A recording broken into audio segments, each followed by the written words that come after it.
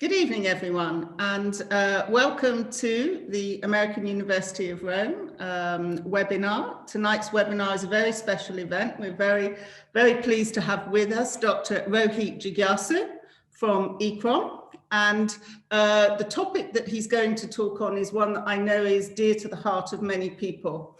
Many of us were really shocked to the core when we saw the terrible fighting in Mosul and what it had done to such a marvelous city. And so any attempts to rebuild that is something that we all want to support and we all want to know about because it's of interest to the global community. And there's nobody better than Rohit to tell us about that. Rohit, I'm sure, is well known to many of you. He's a specialist in architectural conservation, and he works a lot in post-disaster situations. He was chair of disaster mitigation of urban cultural heritage in Kyoto in Japan. And he currently works for ICCROM in Rome. But one of his most important tasks is to run this multi-agency project, which is in Mosul and is rebuilding Mosul, most importantly, through the people itself, because we all know that that's really what makes heritage projects work. When the people are given the help that they need and rightly deserve in order to reclaim their heritage and reclaim their history. So it's a very special project that I know we all want to hear about. So Rohit, I'm going to hand over to you and you're going to take over the screen now.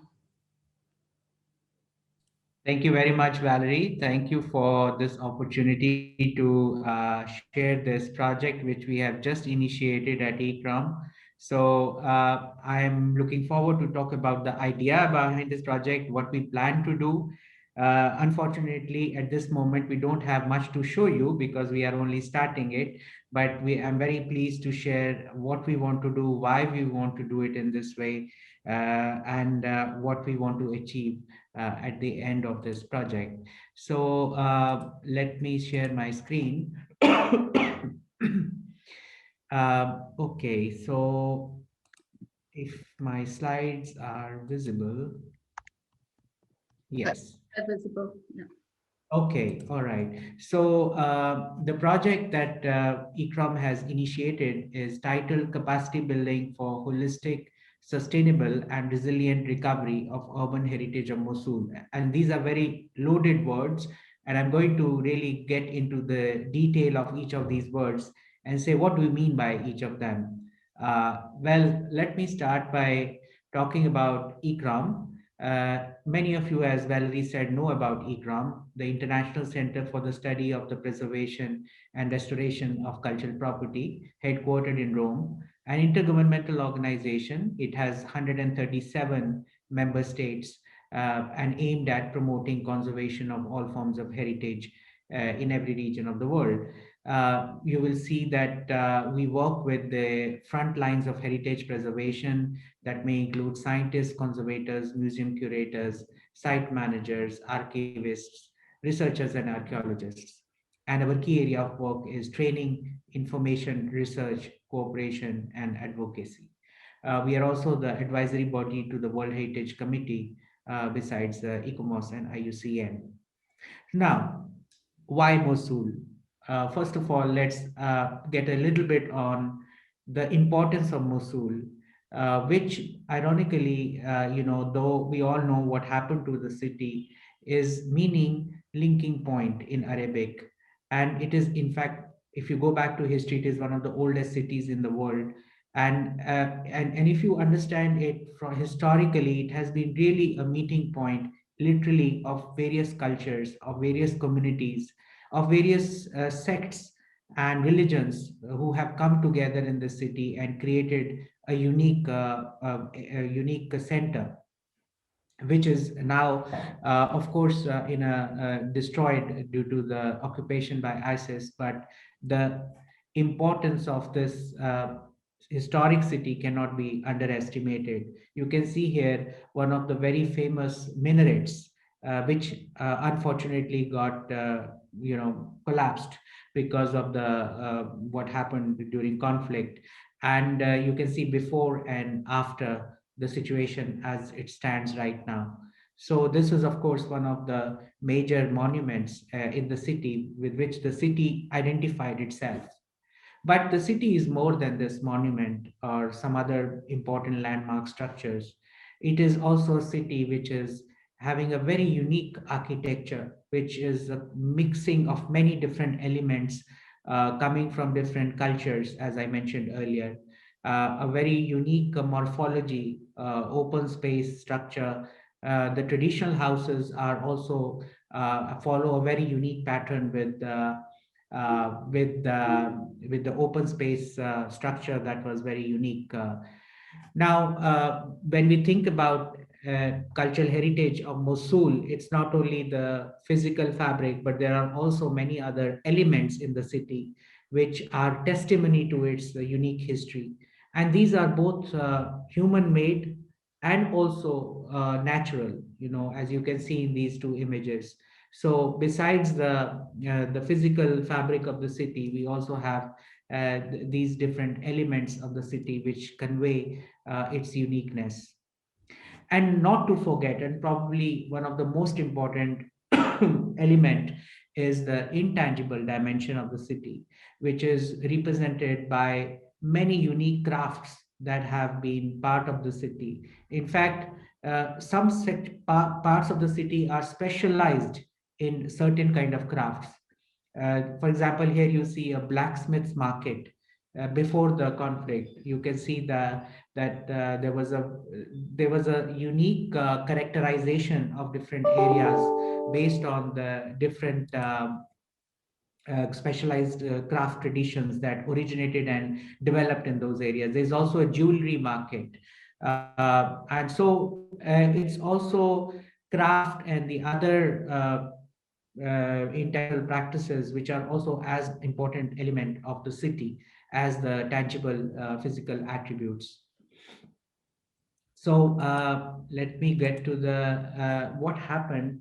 Uh, we all know what ISIS or Daesh did to the city, which led to its massive destruction. And between 2014 and 2017, a large part of the city was razed to the ground or destroyed to an extent that the lot of heritage values of the city were really put at grave risk. So here I show you some images. This is one of the churches which is now being restored thanks to the support, international support by UNESCO and funded by UAE, United Arab Emirates. One of the things that I would also like to show to you in this slide is that when you look at the heritage of Mosul, we also have to understand that this heritage has undergone a lot of changes in the past. So what we see today is not just one part of the history. It has been added and changed. And in fact, one of the major additions were done prior to the occupation by ISIS, was all done in modern materials. You can see here reinforced concrete slabs added to a traditional structure. And when you go and look at these heritage structures in greater detail, you see that a lot of them have actually been changed to an extent that there's a lot of concrete and reinforcement added to them. So as I tell you, I want you to think all the time as what is heritage? How do we define heritage, both in the tangible and the intangible terms?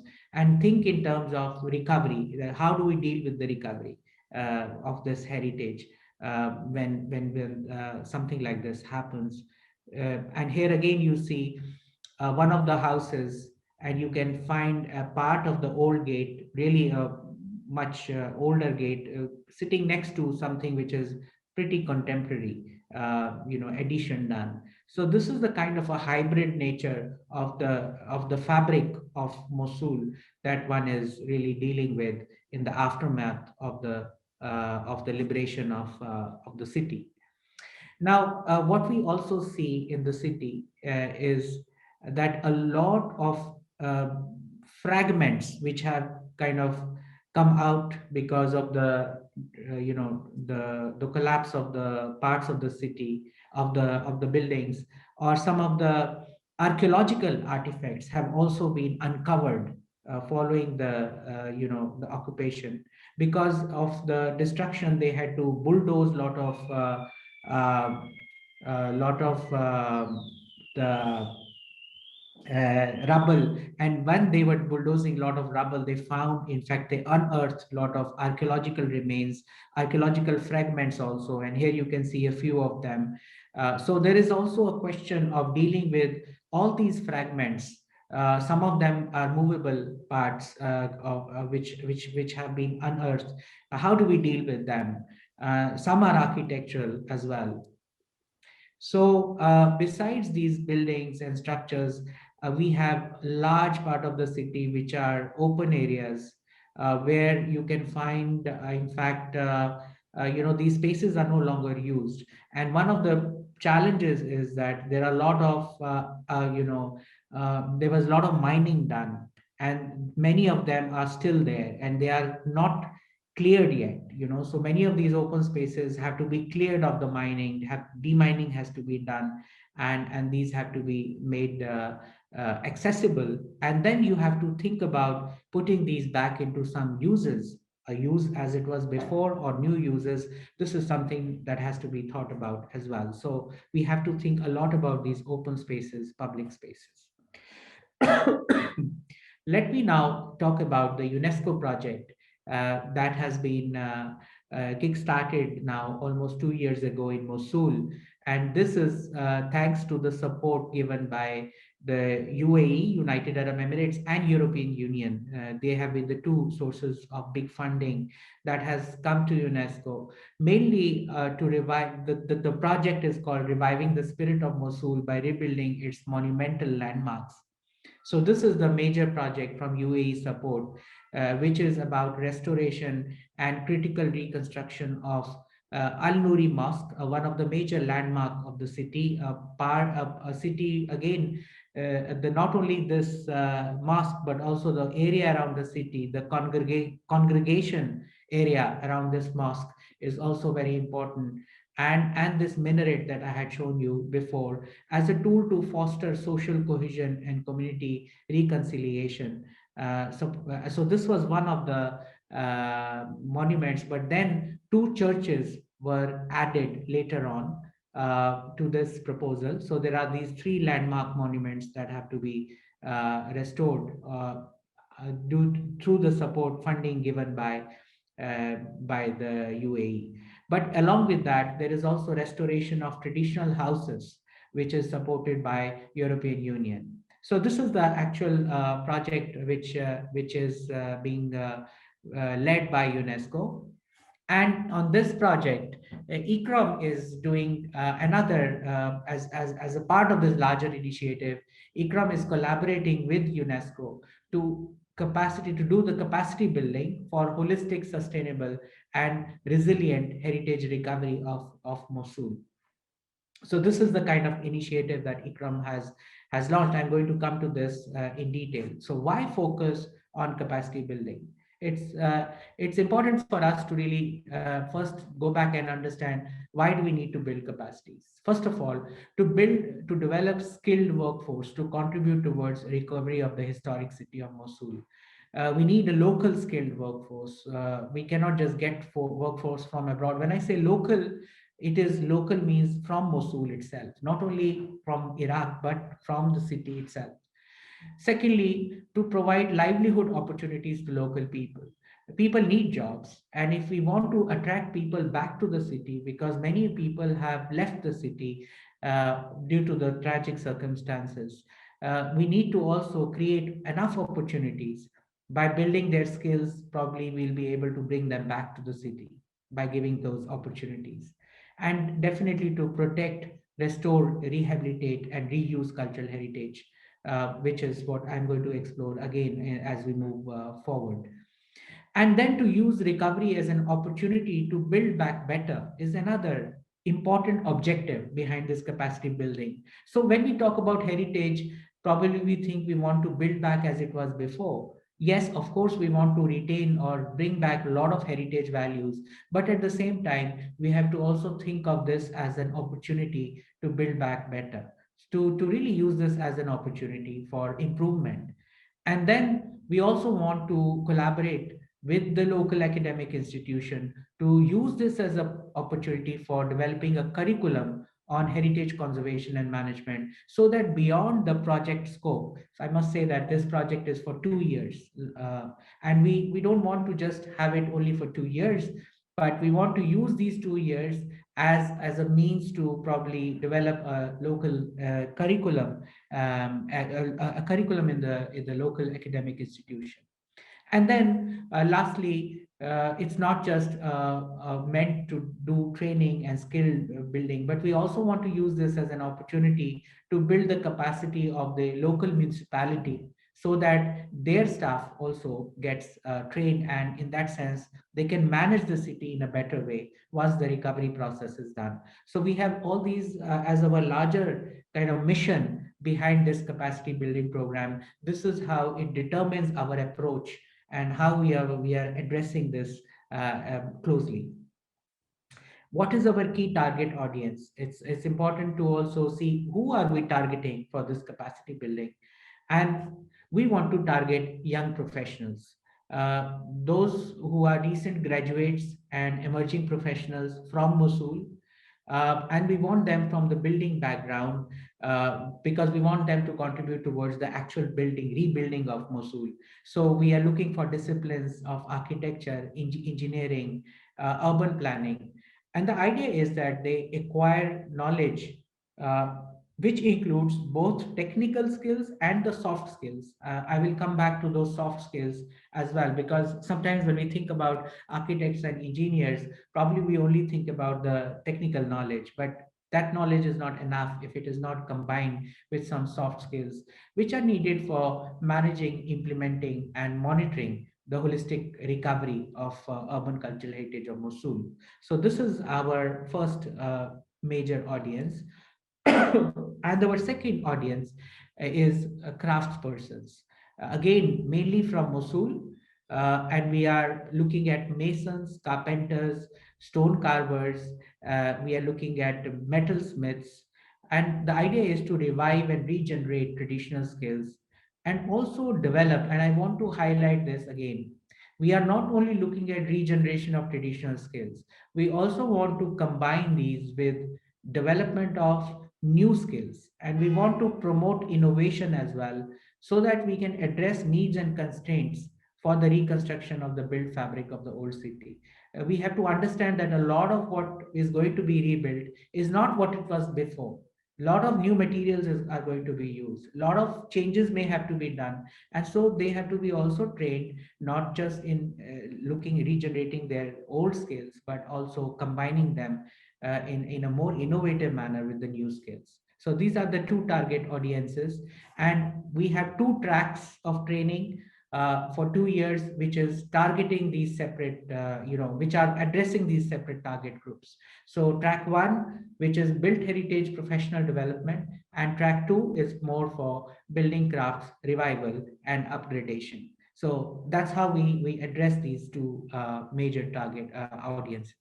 Now, I now want to talk about why we call this as a capacity building for holistic, sustainable, and resilient heritage recovery. What do we mean by these three words in our program? So, first, holistic. By holistic, we mean that we want to mainstream tangible and intangible heritage belonging to various sections of the community in the overall recovery process. We are not just targeting monuments, we are not just targeting just houses. Our idea is that we want to look at heritage in a holistic manner where tangible and intangible components are addressed together, and we address the heritage belonging to all sections of the community and make it part of the overall recovery process. So that is what we imply by holistic. And sustainable implies that we want to ensure that the recovery process is socially, economically, and institutionally sustainable. and does not create dependencies on external actors in the long run. This is very important because even if we come from outside, we are facilitating something which is going to be carried on by the local actors, by the local stakeholders, by the local community. We don't want to be always bringing people from outside to come and teach and to train, but we want them to take on this in their own hands. And probably our idea is to do training of trainers. And these trainers who will be local will continue to do the training. And so, as I told you, that we have divided it into two cycles. In the first cycle, probably we'll bring several external experts. Of course, we will with the local experts as well. But eventually, we will create some local leaders from this training who will then carry on this in the second cycle of training in the second year of our project. And the third important element of our recovery is resilience. And when we say resilience, it means that, as I mentioned earlier, we want to look at this recovery as an opportunity. And that means that we have to enable our means of recovery also to reduce vulnerability and to use this to build peace and reconciliation and enhance the coping capacity, because we want to build back better. We don't want to recreate those vulnerabilities, whether physical or social. We want to use, or economic, we want to use this as a way of making changes which probably would not have been possible otherwise. So let me come back to these things again in terms of the ideas that are there, as that determines the way we will develop our curriculum, our content of our training or capacity building. The first is really to look at holistic heritage, which is, when I say holistic, is really about culture and nature, about links between built fabric, people, and environment being considered right from the beginning till the end of this training. And holistic consideration of urban heritage implies also looking at tangible, intangible, movable, immovable component, and natural and cultural components together. Then we also want to think not only about heritage, we also think that heritage is continuously remade, and recovery is also a process in which some new memories will lead to some new kind of heritage. So recovery, we also believe planning has to consider incorporation of these memories, including those associated with crisis, those painful memories, after getting, of course, consent from all sections of the community. We don't want to romanticize crisis, but we want to also discuss and come up with ideas, again involving local people, on how to deal with these new memories which become a kind of heritage in this new situation. So creating new heritage to redraw identities and creating memories, we believe, is a very important way for us to use heritage to build kind of reconciliation. It's not easy, but at least this idea of repositioning heritage in the recovery process is very, very important. And then, as I mentioned to you before, although the project came out of these two landmark monuments, mosque and the churches, but we want not to restrict to these monuments and churches, but we are very much concerned about the context of these monuments, because these monuments will have no use, will have no meaning if the people around those monuments are not brought back, if all their heritage in all its diversity is not considered. And that has to be really a core principle in the way we do the recovery process, which starts from identification of heritage itself. Like, whose heritage are we talking about? What heritage are we talking about? So that kind of identification is as important, and that leads us to a very critical questions. How does one deal with heritage when the socio-spatial structure is altered following the conflict situation due to displacement? I mean, these are the real challenges. If more than half of the city is not being occupied again, if the people are still displaced, then how do we deal with heritage in the socio-spatial context? then when new social groups have moved in while some original ones have moved out or changed location, that's also another reality we have to think about. Can old identities be reinforced? Can new identities get recreated? Can existing identities go through transformation? So these are very, very important questions that have to be definitely considered as we deal with this issue of link of heritage with the society in general in the recovery process. And that brings me to this other important aspect of resilience or change, because this notion of past separated from present doesn't hold true in this case. And what we need to really look at is this continuity of past, present, and future, and really embracing change as an important element of the continuation of heritage in the recovery process. From bringing it from the past to where it is now and taking it to the future, probably in a more transformed manner. So, the resilience is an important element that has to be enshrined in the way we design and deliver our training and skills to these target audiences. The capacity of the system to deal with change and then continue to develop further. And that also means that we need to bring in multiple aspects in this change. We need to also use this change as an opportunity for dealing with, reducing risks from different kinds of disasters, whether coming from the nature. We are all talking about conflict now, but this is also a process that when the recovery decisions are made, there is a good consideration also given to the climate related issues, pandemic related issues which we are facing right now. Economy of course is an important parameter. So all these different factors have to be brought in when we actually look at a lot of these recovery decisions. It's not purely or merely just recovering what was there before. And heritage management, therefore, in this context, has to be really looked at with the risk lens in these uncertain conditions. And I already mentioned to you what I really mean by this.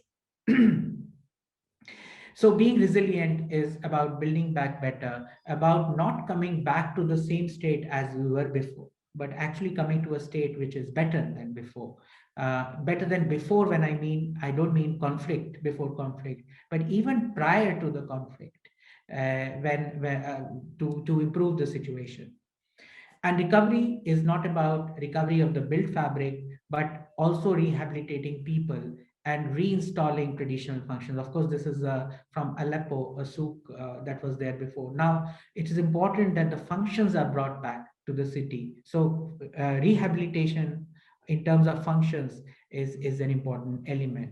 I already mentioned to you about the territorial perspective of looking at the city in a more larger territorial sense is as important. So I will not go into this. Now, this is another part I want to emphasize that we are very conscious that heritage recovery cannot happen without collaboration or mainstreaming of heritage with the different recovery sectors, because recovery in a city is done by different sectors, whether it's a shelter, whether it is planning, livelihood, infrastructure, environment, and heritage has to be actually mainstreamed in those sectors.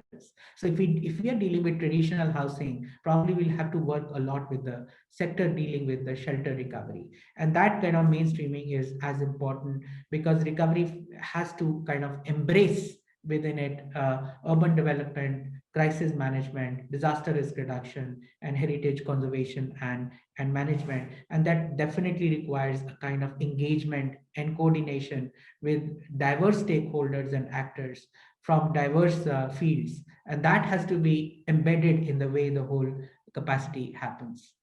Now I'm going to shift to the design of the curriculum that we are doing at the moment for this project. And our core philosophy is really to link research with practice. We want to work with researchers. There is a lot of research being done in Mosul. has been done in the past in Mosul. A lot of it is done even by the University of Mosul, which faced a lot of destruction. I don't know if you know that the library, which was one of the very important libraries in Mosul, was burned down. In the whole Middle East region was burned down. So we have to, on one hand, really build on the research that is being done and connect it to practice. And then, as I mentioned before, we want to connect the hard and the soft skills. Both are equally important. So while we talk about stabilization and upgradation, we also need to have skills of negotiation, skill of dialogue, skill of conflict resolution, because these are also important parameters when we deal with different stakeholders. So it involves classroom lectures, field exercises, and for us, a very important consideration is that we want to do training in Mosul, and we want to use, we are not going to do it in in some other place, say in Arbil or anywhere. We want to do the training right in Mosul. We want to collaborate with the local institutions such as University of Mosul, and use these different, because we think the city is a lab, and that is where they will do these training. Now, an important thing for us is also that they get some support so that they can continue to do this training, because we have to remember that they cannot do this without having a job.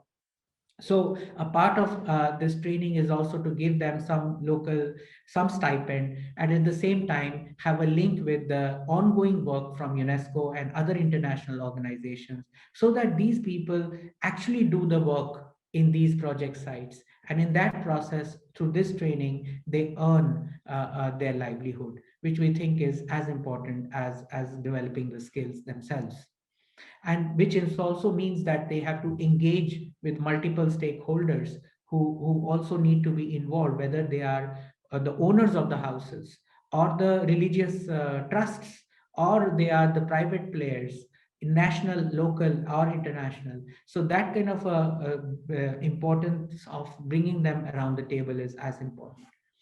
As part of the capacity building for the track 2, where we are dealing with craftspersons, we also want to set up workshops. Our idea is to really have special workshops for these craftsmen, so that they learn these skills under master craftsmen through apprenticeship, and then have the opportunity to directly apply their skills in these rebuilding of the projects that are going on in the city, whether supported by EU or other organizations, or by the local communities themselves, provided they have the resources. So our idea is again to connect with these live projects as much as possible, so that these craftspersons are directly going to get some employment. And this is our framework, the way we want to really use this to build our framework for recovery of Mosul in terms of the capacity, is to go through all these different processes, from situation to context analysis, to assessment of values and risks, to planning and designing interventions, looking at the implementation, monitoring and review as a whole process of recovery, and then think about various concepts, considerations and approaches, tools, methodologies and skills, and actors and enabling mechanisms, which we think are very important, that what can enable something to happen. They may need to go beyond to understand those enabling systems, and then connect them to monographs, to case study projects, and other maybe pilot courses. So this is the kind of a larger picture that we have for this. And this is the kind of curriculum that is in the process of being designed now. And you can see that from orientation to situation and context analysis, we largely want to give them very practical skills on one hand, but on the other hand, also help them understand the entire recovery process, and be able to participate in planning, implementation, as well as monitoring. So a key to all this is a really identification of the values of Mosul, which is very important. So we are dedicating an entire module on identification of the heritage values and the documentation of those values, because that is primarily, we have to also recognize that these architects and engineers and other potential participants have no background in heritage. So it has to grow from understanding what is heritage to really be able to deal with its recovery. So this is a larger framework which is still under development, but I wanted to share this with you in this. I want to mention this, that decision making process for making interventions for recovery of various urban heritage attributes, whether they are buildings, open spaces, whether they are, whatever we identify, intangible elements, we need to think of different kinds of interventions and how do we decide those interventions, whether we talk about repair, restoration, reconstruction, rehabilitation, adaptive reuse, reuse of salvaged heritage fragments, or upgradation of infrastructure. So all these are different kinds of interventions, and there needs to be a process of making decisions for these interventions. At the same time, we want to look at different levels of recovery planning and intervention. Some of those levels will be larger, that is at the city level. Some will be maybe at the neighborhood level, and some might be at the building or individual component level. So it's important that different levels are also understood, so that the adequate kind of tools and techniques and methodologies can be developed for these different scales. So crucial questions for decision making for recovery of Mosul, I'll just quickly summarize because I think I'm running out of time now, is what to recover, how to set priorities for recovery, what to retain, what to let go, on what basis, how does one combine traditional and contemporary design, material and technology, who should participate in recovery planning and implementation, and how to document the entire process of recovery. So these are the questions that are in our mind, because these questions will determine their ability to participate effectively in the recovery process. And the challenges, I will just I think I will not get into these challenges, but I feel that what is important is really that they get a holistic understanding of these recovery processes. We can look at recovery as a step, which may be taking 5 years and 10 years, but then we have to envision a city 50 to 70 years onwards. What do we want to vision for what kind of vision we want to create for the city? I think that kind of a long-term perspective is very much important as well as this is designed. So I'll conclude here. Thank you very much. Well, Rohit, thank you very much. And you have an avalanche of questions here. So I hope you're ready to answer them. They've been coming in since about 5 minutes into your talk. So I should tell everyone that we can't use the raise hand function on this webinar because there are too many people on it. Also, only the panelists can speak on this, again, because we have too many people on it. So if you have a question, please put it in the Q&A box, which is in the menu at the bottom of the screen. We also have some questions on the chat, which I will go through. So the first question is from Sarah. And Sarah says, how will you balance the aspiration to rebuild better and perhaps differently with the recognition of historic character and responses to surviving historic fabric to retain a strong sense of place and, dare I say it, authenticity? Big question. You must have been asked this before. Yes, this is a very, very typical and a very important question as well. And that's why I think from the beginning, we are making it very clear that we don't want to take extreme positions. We feel that an important step for us is to reconcile different requirements of the city, and at the same time, the need to keep the spirit of the city. I mean, when we say the spirit of the city, even if we look at the history of Mosul, it has undergone changes in the past. Heritage has gone through a lot of evolution over time. And so we have to, of course, balance what people want what their aspirations are, with what we can keep as a source of identity. So a lot of give and take may have to happen, and that's why those who get trained, we feel that negotiation, dialogue with different stakeholders, decision making process is, and communication of that is as important as. So my short answer to this question will be, let's not take an extreme position. We want to really mainstream heritage along with all the other concerns, and we want to give people an opportunity to improve their lives. That's very important for them, but at the same time probably they want to keep something of what they can be proud of, and that we have to kind of figure out as we develop this process. Yeah, it's very, very hard question, I think, for anyone involved in heritage, how to get that balance right. Yes. Eleanor asks, is this program also addressing heritage beyond Christian and Muslim heritage, or are there other programs overseeing those? As I mentioned before, our idea when we talk about capacity building is going to be not just limited to one or two religions or one or two sects. While we even make the selection of participants, while we even make the selection of the heritage used for our exercises and we want to cover all the diversity. So even though these three monuments belong to a certain religion and have a certain association, we are not going to restrict ourselves to only these.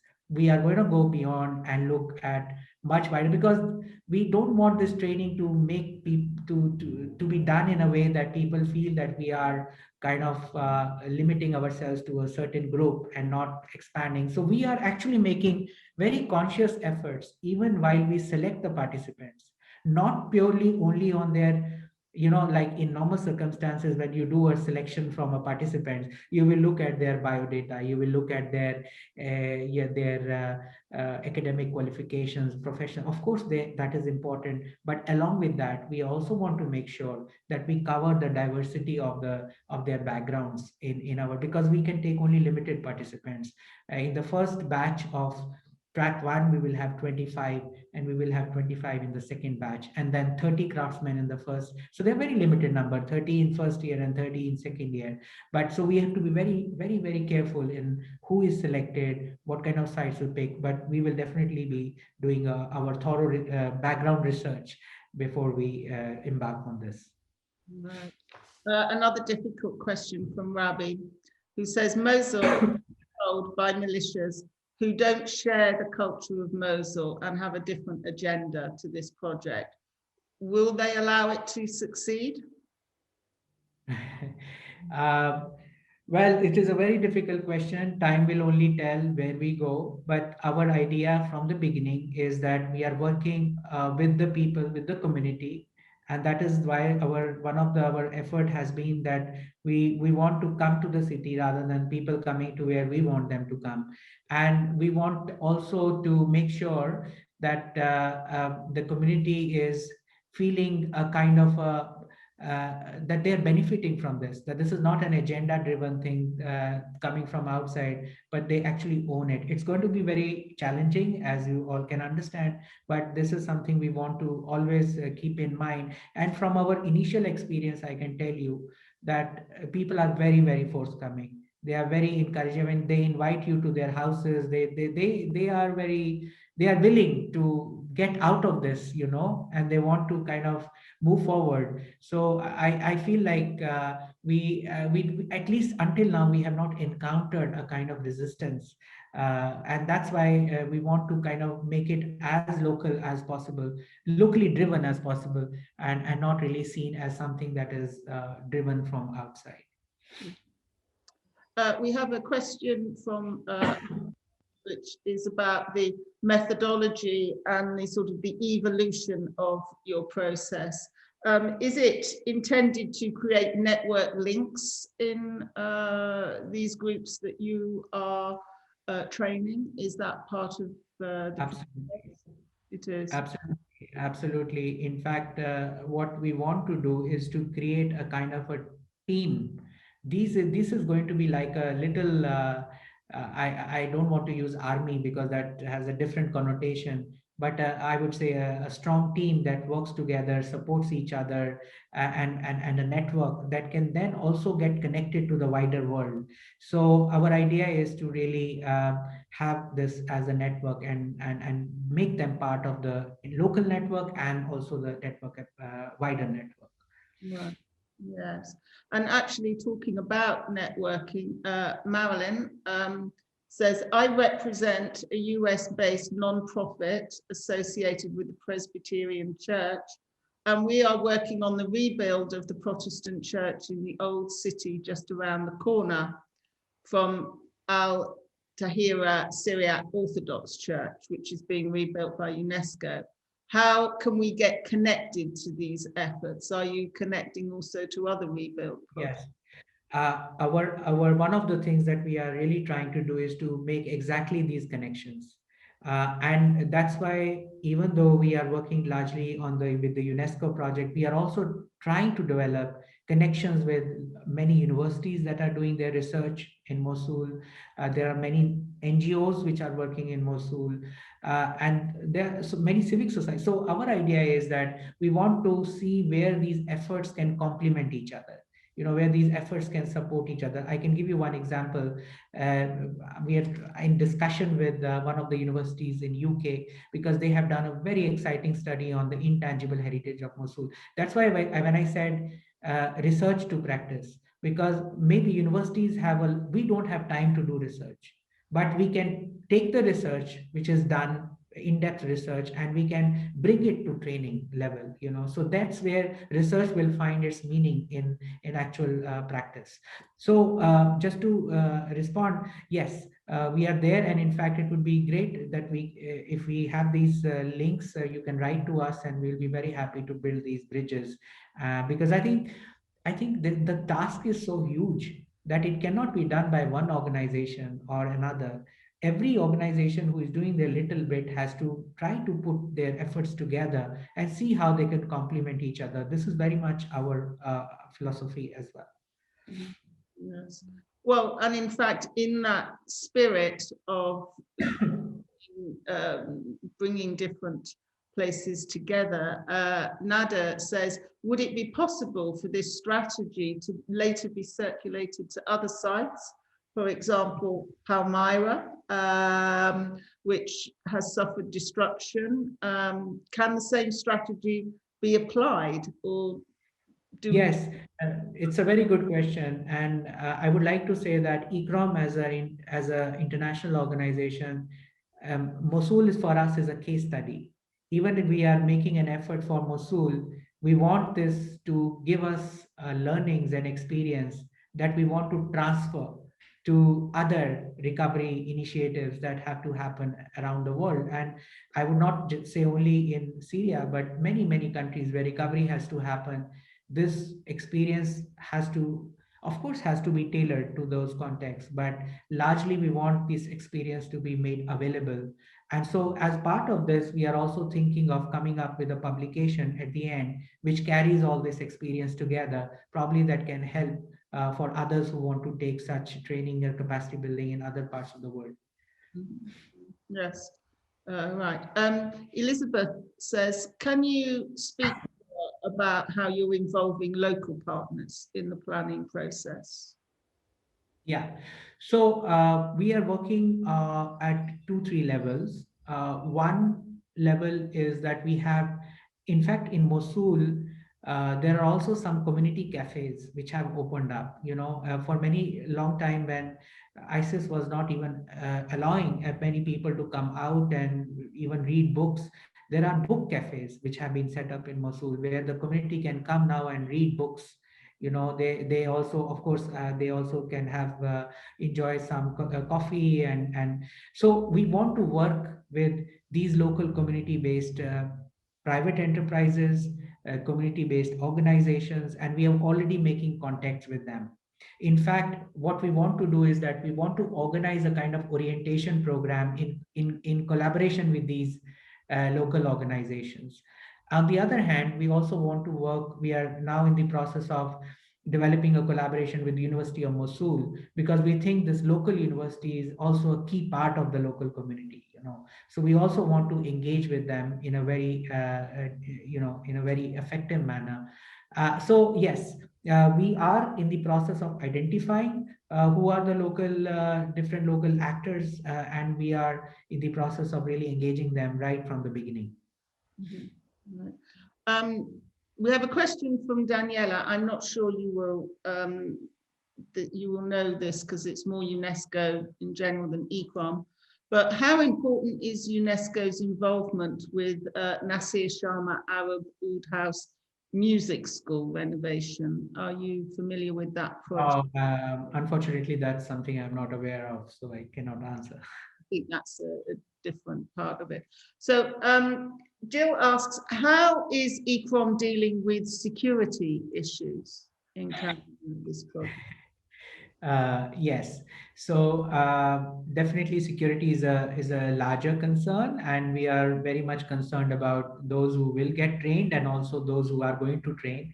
And so we are making all the security assessment that is normally done at the for any international or national venture that may happen there.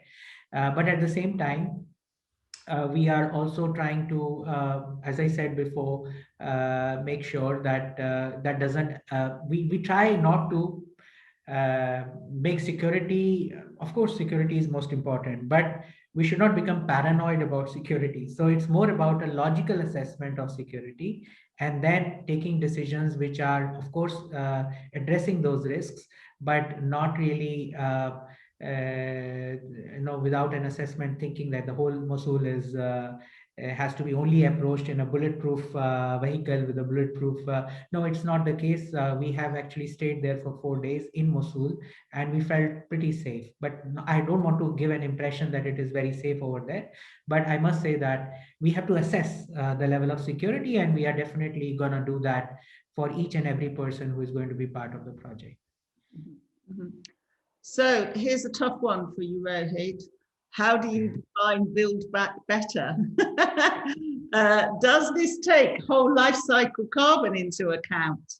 How is cultural heritage weighted? Uh, yes, it's a build back better is a slogan which can be interpreted in many different ways. And I think there's a now for last few years we have actually interpreted it for what it means for heritage as well, which is pretty different than when we say build back something new, which is kind of not connected to anything from the past. For build back better in case of heritage, we are essentially talking about balancing heritage values with safety.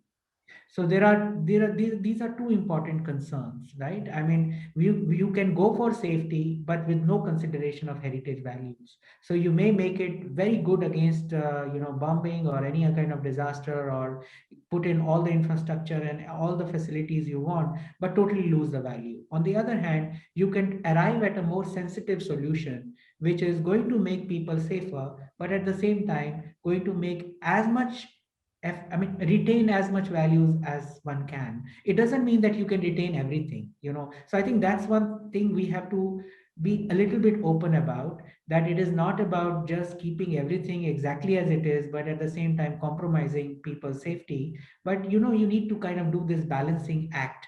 And the idea is that if you have certain areas which are more probably too narrow, and if something happens, it is very difficult to escape or evacuate, probably recreating some of those linkages between open spaces, widening up a little bit here and there with very little impact on the physical historic fabric.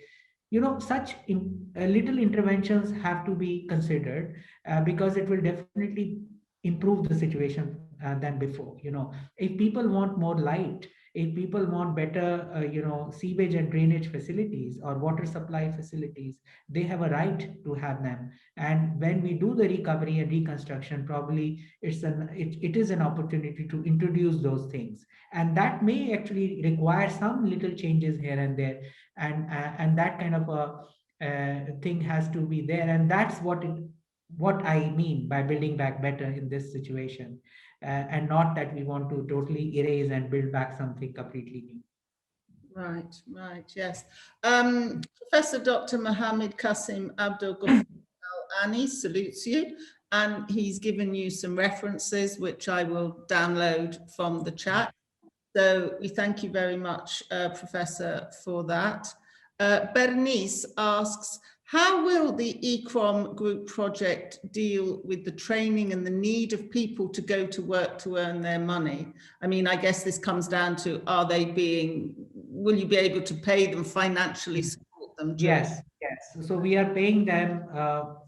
Okay, so we cannot pay them like enough that it's like a job for them, but we definitely cover their living expenses for the duration of their training, so that they don't have to, they have food, and they have local transport, and they have accommodation covered, whatever is required for the duration of the training, so they don't have to look for all these basic necessities.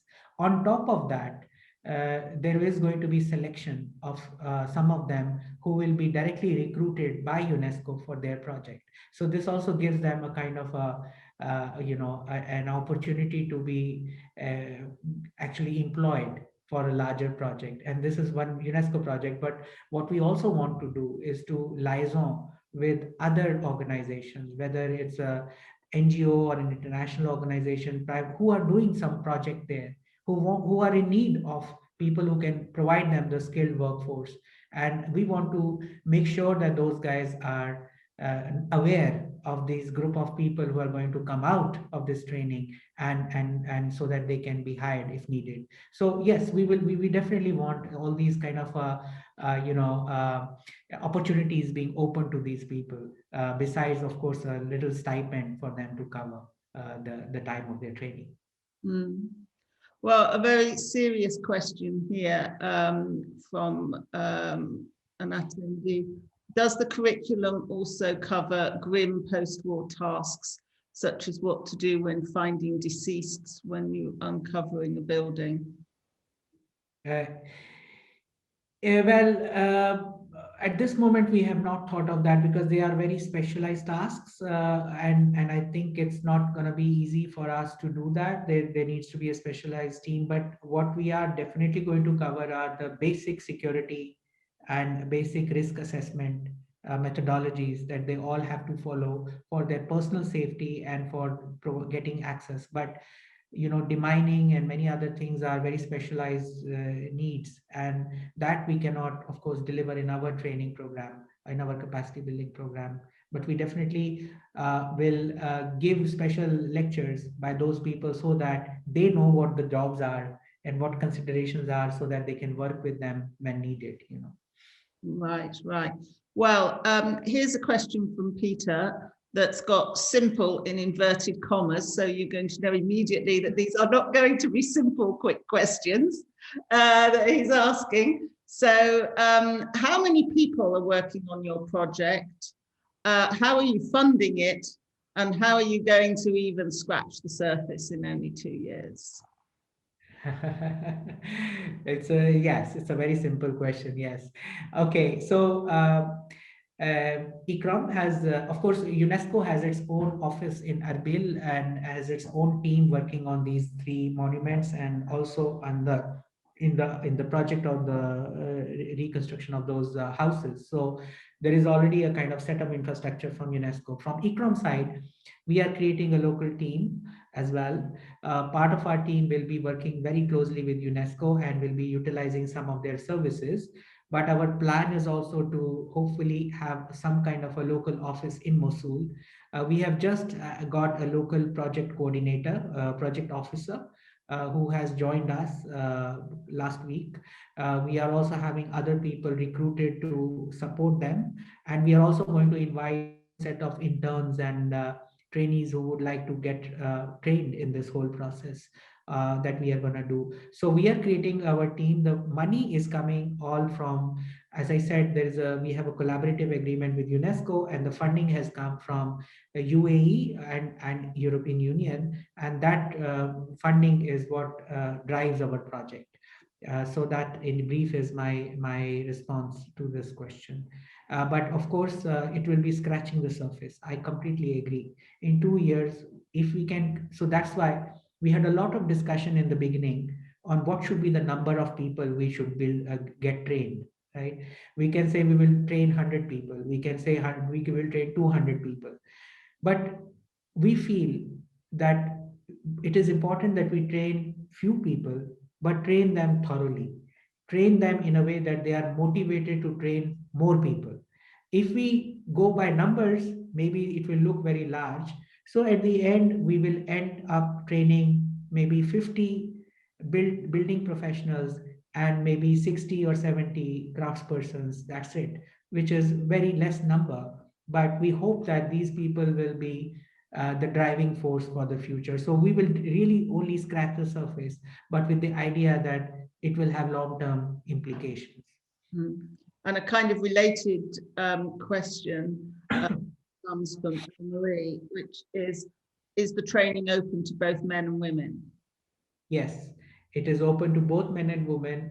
We are trying to encourage as many women who can join in this training as well. Of course, definitely we'll make an effort to have not just only men in this training. So yes, we will make an effort, definitely. Okay, Graham has asked, who will take the decisions about what to recover and what to retain, and what criteria are you going to use? Couple of criterias. We are working on this curriculum. As I said, first of course is going to be heritage values, where they are embedded. So understanding the values, both from the stratigraphy point of view in terms of understanding the physical fabric and its layers, but at the same time looking at what people value today is as important as what comes from the historical sources. And then what are the so that is one. And then what are people's priorities? So in that process, we want to kind of come up with the entire, that's why in the whole curriculum, one of the important elements is survey and documentation and value assessment, and then negotiation and dialogue among different stakeholders. So there is no one decision making, there is no one decision. It is a step, it is a process by which you arrive at a certain decision. And what we want to communicate through various examples during this training is that this decision making process has to follow some steps that are essential for you to arrive at a certain decision. And then when you arrive at a certain decision, no decision is perfect, but if you arrive at a certain decision, it is well documented, it is based on some rationale which includes heritage values as an important consideration. So that's the kind of a, so the whole process is being designed through different steps and tools that they will have to learn and then communicate at the end. So so that's going to be the part of the training, but not exactly what the decision will be. We've had several people asking, so I'll put these questions together. Several people have asked what the impact of COVID has been on your project. Yes, it has been a strong impact. In fact, our project is running more than a year late now because of this COVID situation. We were supposed to do the training last year, but all thanks to COVID, it got kind of a little bit postponed. But now we are very much ready with this, and hopefully our first module will be running from June onwards. Inshallah, if everything goes well. Lisa says, what do you see as the biggest risk to your project? In my view, and I think this is what I share with my team as well, I think the biggest risk is the sustainability of our initiatives. Because, you know, we can go and do the training, we can make a very nice publication, we can do a lot of, but, you know, the situation is very fragile. And you know, we are very much concerned that those people who are getting trained don't come, don't have, it will be terrible if after some time they have no jobs and they are kind of waiting to look for something else, you know, for earning. So how can we ensure that these people are able to continue getting work with what they learn, and how the recovery process that we initiate is sustained over long term, and the conflict doesn't kind of destroy or disturb this whole process is the biggest risk. Najat says, are there any crafts that you're developing for the women of Mosul? Because the crafts that she saw in your presentation are mostly practiced by males. Okay, at this moment, I'm not able to say this because we have just launched one of our assessment of the existing crafts in Mosul, and our decision of what we want to train, in which crafts we want to really work with, will be based on that assessment. And that assessment is based on interviews, on a survey of what is existing, what was there before, and then that will form the basis of our decision. But one thing is for sure, that we have to focus on building crafts, because that is our primary focus of this project. We cannot look at, unfortunately, we don't have in the scope of the project the handicrafts or the textiles, because that's not really what we are dealing with. But we will definitely look at some indirect aspects. For example, if we have to think about the reuse of some places, can we reuse for making some craft workshops where these people can come and start, so if we can enter into some kind of agreement with an NGO which is willing to do some kind of a handicraft workshop in that area, and we provide a kind of a building, so a recovery there, so that they can start to use it again, it will be an indirect way we can benefit them. But definitely assessment is our first step, and we will definitely do that, use that as a basis.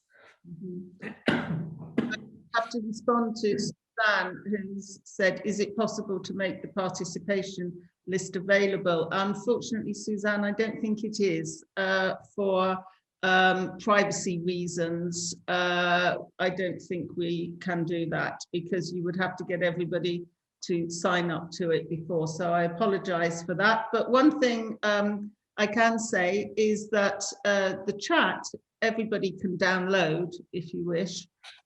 Everybody has that ability to do that with I think it's the 3 little dots at the bottom. Maybe, yes, Save Chat has, so you might be able to get some connections from that. Unfortunately, we've got far too many questions to ask them all. So I apologize to people who we're not going to be able to answer your question. And I'd like also to thank everyone who's, Rohit, I have to tell you, there's lots and lots of people congratulating you on giving a wonderful presentation. So I think as time is pressing on, we need to finish. And so I'd like to again bring in a question that actually several people have asked in different ways. Because many people have been inspired, Rohit, by your talk. And if people want to help contribute to this process, what is the way that they can do that this can be done? Can people contribute in some way? I think it would be what I would encourage everyone, those who are willing to contribute in this, if they can send me an email, I'm very happy to share if you can share my email. In fact, I can just also type it in here, and they can contact me, and they can express what they are interested in, how they would like to be part of it, and we can then discuss it. So it's very open to anyone who is interested to really contribute. Okay, and so anyone who's asked questions about how they can contribute or where they can find out more, please respond to Rohit. He'll be able to respond to you better via email. So we're coming now to the end. In fact, we're actually way over the end, but we had so many questions. It was we just had to keep going.